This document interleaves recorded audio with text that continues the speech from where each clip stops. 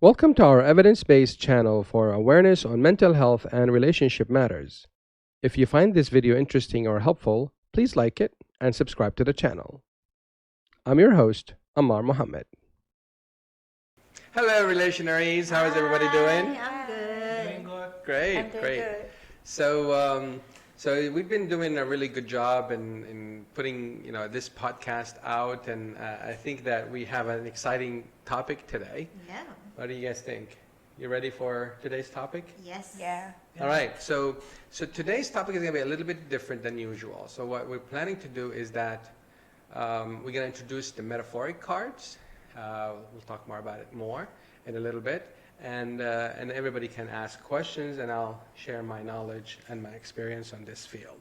So we can start kicking it by who would like to ask or would like to make a comment.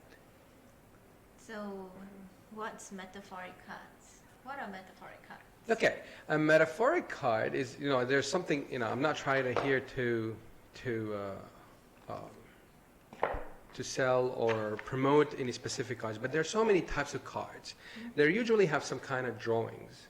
Interesting, yeah. So they have some kind of drawings. It can be have a certain theme. This is like a theme for mythos, and there's other different types of cards and different producers or prints from different brands. This happened to be from the old cards, and they are, if I remember correctly, they're from Europe. So they are a card that brings a metaphor about a specific drawing. So everyone would look at this card and they would see that, what does it really present from their side. And it depends on what they see and what it means to them. It kind of brings a metaphor about that card.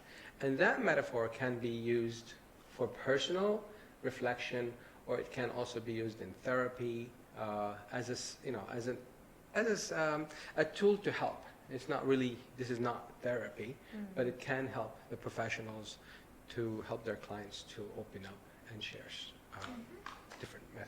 different perspective of the same card. Very interesting.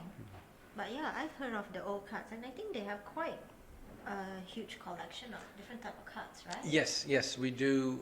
We do have pretty much all of the collection, and we did run a few times on trainings on how to, how to really facilitate that kind of card with people. So we do have that, and we're starting a new one pretty soon. So a new cycle of these cards to be trained on. Right. Yeah. And I guess Dorine and Sohaib, you guys attended a really brief training about these cards. What do you guys think about it? I think that's a really interesting, which widened my experience in different forms of like therapy. It's like the clinicians will know, like through the open-ended questions or through how we interpret the card, will give the clinicians like an idea on what we want to achieve or what are we thinking. Yeah. So yeah. Okay, yeah. And Sohaib? Yes, I definitely agree with Doreen. It was quite a fascinating introduction to metaphorical cards. It was interesting to see that these types of tools are actually used and can be helpful in therapy. It was my first time finding out about that. Yeah, I'm glad to hear that. Yeah. Good. And that's quite common impression and feedback that we get from the training that we go through the cards, and I'm glad to hear that as well. Well, yeah, very interesting cards, and I think all these cards are really abstract, as much as for example, we could see this picture. It's like a boy, and it's very clearly like a boy, but each person interprets it differently. Absolutely. Right? Absolutely. They might say this is not a boy, but maybe it's a man or something. Yeah. They can say that this is a man, or this is the man I want to be in the future. Or maybe they see this person from a different perspective than other people. And what happened, actually, many times in a training or in a group therapy or family therapy, you find some people correcting the other person's like, no, no, no, that's a young boy. Why do you want to be a grown up? He's a young. So that's also something to be mindful. In these sessions, we do prepare people on how to be engaged and express your interpretation of the drawing. Okay, I'm going to use this card that you just mentioned earlier. This is a set of cards.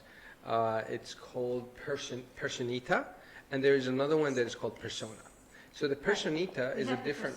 We have Persona. Yeah, we can. So I did in the background. So Personita is very similar to Persona. However, Personita is, as you would probably guess, it's only girls, girl figures. Oh. Yeah. I mean, that's what it's supposed to be. But some people would say that this is a guy, and they would see it as a guy, a male boy, or something. You know, a male boy. That's interesting. So a boy. So, but the idea here is to present specifically females. Right. But it can be interpreted if it's a boy or it looks like a boy. And in my mind, I feel that's very important in therapy, in psychodynamics, and also in attachment theory. And you talk about any mental health or any psychotherapy related to growing up and building a secure attachment. It's mainly with the main caregiver. And in most cases, generally speaking, the main caregiver is the mom. But sometimes it can be the adopting mom or the grandma, but sometimes it can be the male as well. So, you know, my theory is that having the Personita, it kind of helps us to understand that person's perspective on their relationship and their main caregiver. But that's one way to do it. So in addition to the metaphoric or the abstract faces of females at different ages, they have this one. So this is an extra set of cards that shows your relationship with, you know, in a stick figure card that would go along with this image. Right. And then that is processed in a different way that what I mentioned earlier about methods. So every set of cards, every deck of cards has its own powers that can be utilized to bring in the best out of that, you know, the person that you're working with, that you're facilitating these cards with, in a sense, and how they interprets things. So what I meant by bringing out the best, because sometimes what happens is that we don't know how to explain or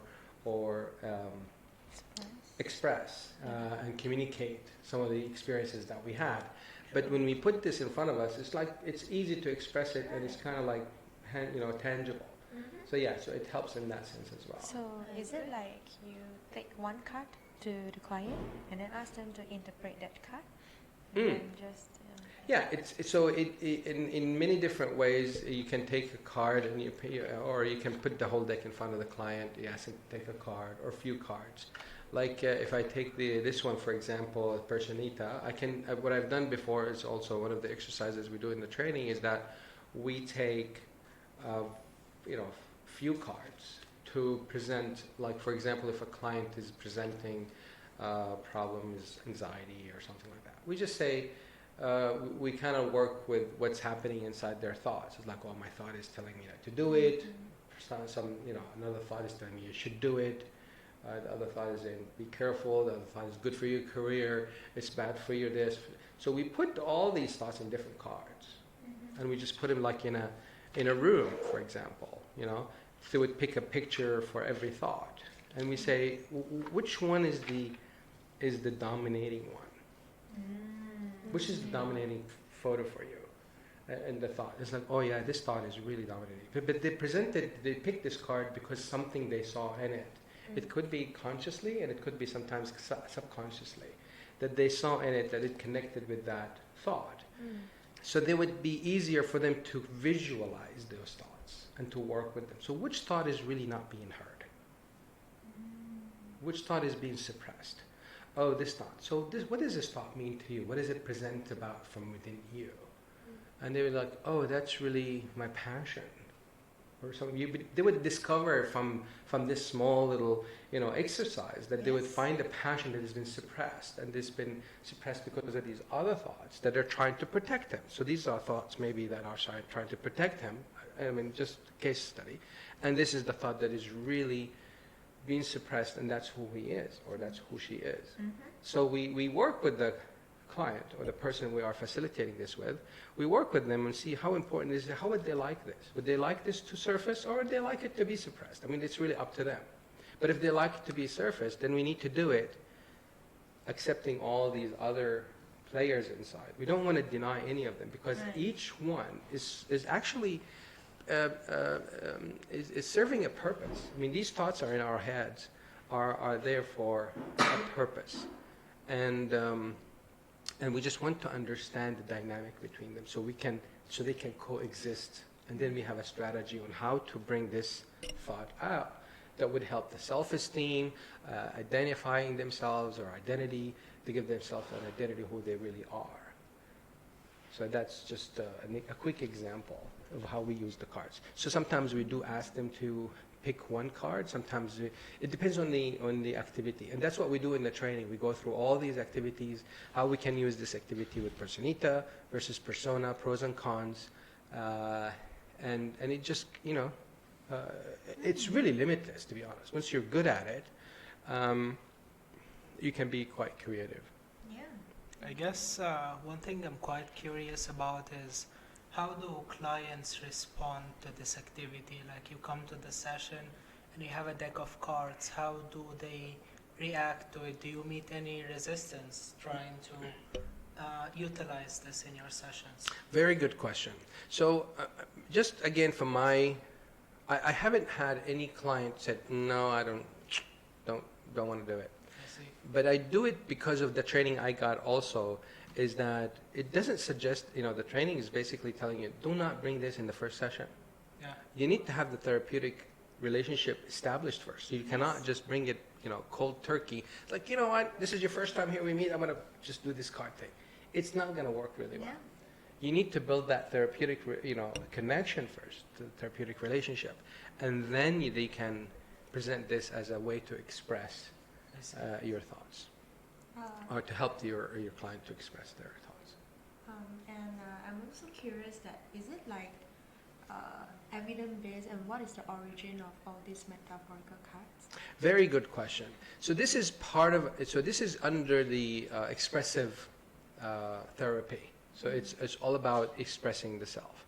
In terms of evidence-based, there has been research that is done, and the research does show that this helps the people to express, but it's not, in a sense, cure. It's just a tool that is used to help people express. Just like drawing, just like talking, but some people might not feel comfortable talking, but they can tell you about this much easier, in a much easier way for them. Yeah. And that sometimes it even helps them to talk more, or it helps them to even know how to express themselves. Because you see, we learn math, we learn science, we learn English, French, Spanish, all that stuff, but we don't really know how to connect between these two.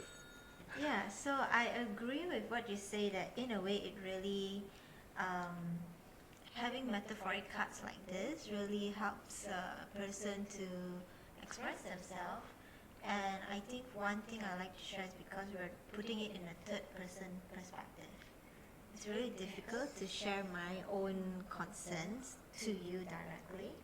But if I tell it in a story, indirectly I'm telling you, this is what I'm feeling right now. These are my thoughts. And if, let's say, the therapist are allowing this third person perspective, and she just asks questions based on the story. Oh, so what does this boy mean? What is this boy doing? What is this boy feeling? In a way, the client will feel much more inclined to open up, because they're not so guarded. Yes, yes. Yeah. That's very good. Yeah, that's absolutely true. Yeah, and we do, I mean, another thing that we do is just describe the person, describe this photo. What is it, how does it look like for you? I mean, you might think that this person is maybe not smiling, but it's like, oh, this guy's having a great time, So they would express it from their own perspective, Yeah. which is really, that's the metaphor that they're bringing into the talk in the session. Yeah.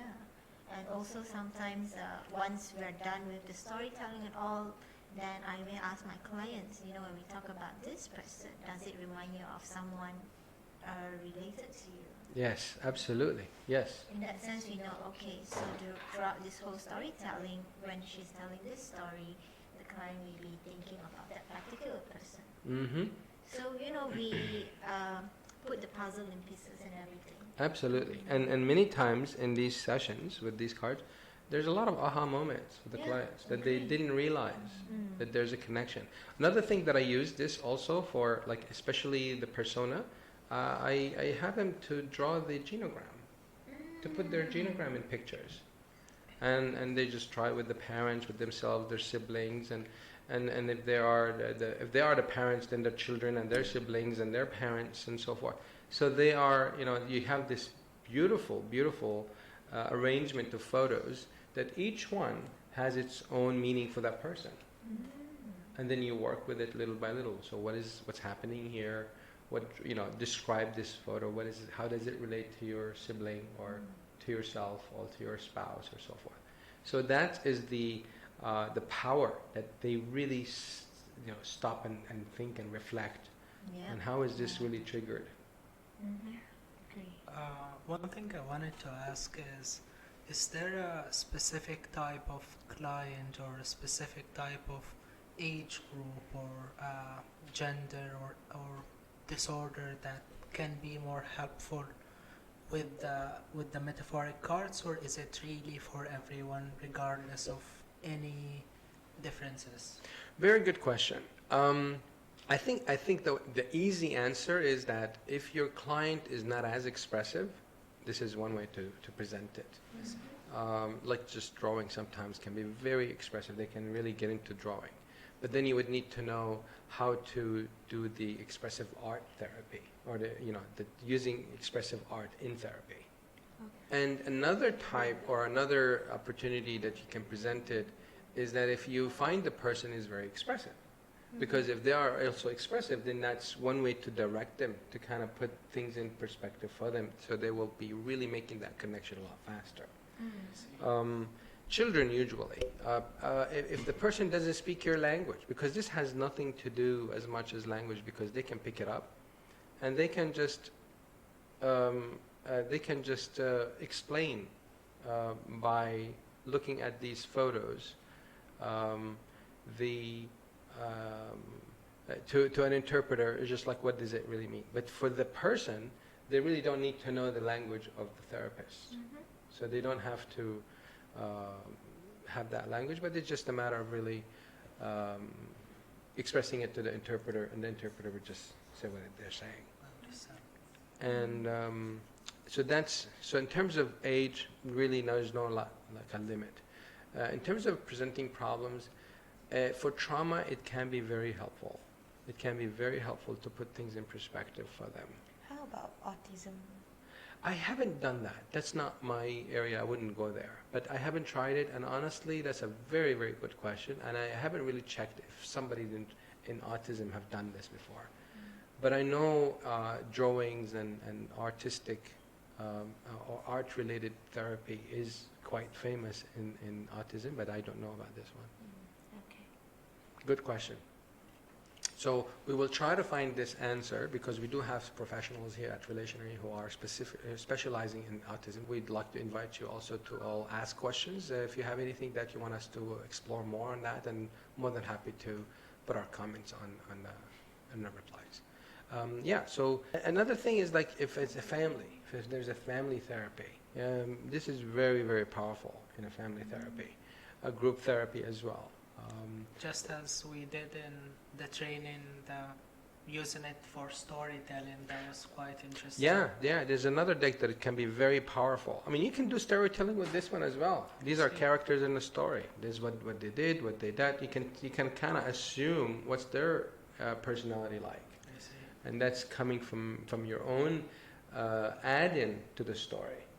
Yeah, because you can see this person as naughty, but I can was like, this is a wonderful person just by looking at her. She's presenting a very good character. She's really caring, I would say. But from your side, maybe you say, oh, she's a naughty person. She's done a lot of bad things. But then when you're telling the story as I'm supporting you telling the story from my side, this person is doing something naughty, and I'm saying, no, actually they're doing it from this perspective. So I'm kind of reflecting more from how I am adding into that story from my side, from my experience. Different perspectives. Different perspective, yeah. Yes. So it's like, do you put them in do you apply this card during the group family therapy? Yeah, I've done that before. So what if one of the members started to like accuse each other, like the dad is sitting beside them, and then the child point to that card and started to like, this looks like my one of my family member, and he started like accuse, then one of them is like very triggered, and then how would you like go and... Excellent question. So what we usually do when we present these cards in therapy, we prepare the clients, we prepare the family in this example. We tell them, okay guys, we need to agree on certain rules. This is a game. It can be, we can call it a game. It's a game of expressing, right? So you present, especially if there are children there, we can present it as a game. But if so we tell everybody, so this is a game that has rules. The rules are, there is no right or wrong answer. And whoever is presenting this card in a certain way, we need to respect their opinion, and we need to accept it as this is how they see it. So another thing is that we don't, another rule is we don't correct someone from how they presented the card. That's their perception. And if there are adults, we talk to the adults' parents. I mean, because if the family, all of the family adults, we just do it the same. I mean, I usually do it all at the same time. But if the parents are older and the children are young, I give heads up to the parents ahead of time to help them be prepared that your child might say something that might trigger you, but I would like you to allow your child to have that safety net. That safety environment is very important for your child if you really want to work on the family. Okay. So it depends really on the case that you have. Okay. Yeah. So the other rules is like, don't complete the statement of the other person. Allow them to finish their own thought. Allow them to take time to reflect. And you do have the choice not to say anything. So everybody has that role, or that right. They have the right not to say anything and not pick a card. So everybody has that freedom. At the beginning, maybe some might not be engaged, but you do it again and again, they probably will like it. They see it's safe, and then they check it, because they may be coming from that. They don't feel safe expressing themselves. Okay. So once they see it, the others are expressing it, and they're not being criticized, they're not being put down because of they express their thoughts, maybe they feel encouraged to express more. So you allow this process to continue for a few sessions until that sense of safety comes into it, especially when you have children. Young children, like adolescents or young teenagers. But sometimes even adult children, they don't feel comfortable talking in front of their parents. Yeah. Unless you allow that environment to be present, then it's not going to be difficult for them to express. But that by itself is something for the parents to reflect on. That my children are not feeling comfortable to express. I see. Yeah. And how does the process of training in applying these cards for clinicians or for psychologists go? In terms of what? Training a new clinician or a new psychologist to learn how to use the cards with clients. Yeah, so what I usually do is that I go through every card. Every card takes about 2 hours of training. I see. So I go through multiple exercises that how we can use these cards. And we pick a card. We pick one of the ways to do it, to facilitate it, and then we explore it in ourselves. The reason why we do that, I do also tell everybody that might be triggering. If it's too heavy, then you have the choice not to participate. But it's really important for us to reflect on how effective it is, so we know exactly what's happening with the client. So experiencing it, but we don't want to be traumatized, right? We don't want to really go too deep, but experiencing it, allowing us to see, to make it really, to understand really what the client is going through. So we are able to help them out and facilitate the whole experience with the client. So I do that. Sometimes, if it's like I think the whatchamacallit, the Tandu and the Cope cards, they can take about 2.5 to sometimes 3 hours, because you are working with a solution Yep. in a sense, I see. or a conclusion, but not just a narrative. There's some conclusions there. So we need to kind of prepare the trainees on how to conclude a session, or if there's something that needs to be rolled over to the next session, how do you do that? How do you manage that? So that's how it can be I see. trained. Yeah, I think it's really interesting on what you're sharing, and yeah, I would say that when it comes to this kind of metaphoric cards, the questions that clinician asks is really depends, it varies, and it really requires the clinician's creativity as well, on where they want to go deeper, where they feel like, okay, maybe it's not at the right time to ask more questions regarding a specific cards. True. I'd say practice makes perfect. Yeah. Yeah, the more you practice this, and you don't have to practice it with your client, and that's not what I'm referring to. You can practice with yourself. You can practice with your core trainees that were in that session, to have outside gathering to practice it back and forth. You can practice it lightly with the loved ones around the family, but don't go too deep, because you don't want to trigger them. You don't want to therapeutically connect with your own personal family. That's not something that we would like to do. It's better to have that's done separately. But you can practice it, read more, attend more training refreshers, and because we give everybody the like a little handout. Read the handout more often. Practice different methods. That's going to help you be more creative and be able to easily process and easily help your client. Yeah, that's a really good input, Amar. We really appreciate that. Oh, it's a pleasure. Thanks, guys. Really good questions. I didn't think about some of these Yeah, I questions, so that's really good stuff. Thank you, guys. So until then, Relationaries, take care and stay happy. Thank you. Bye.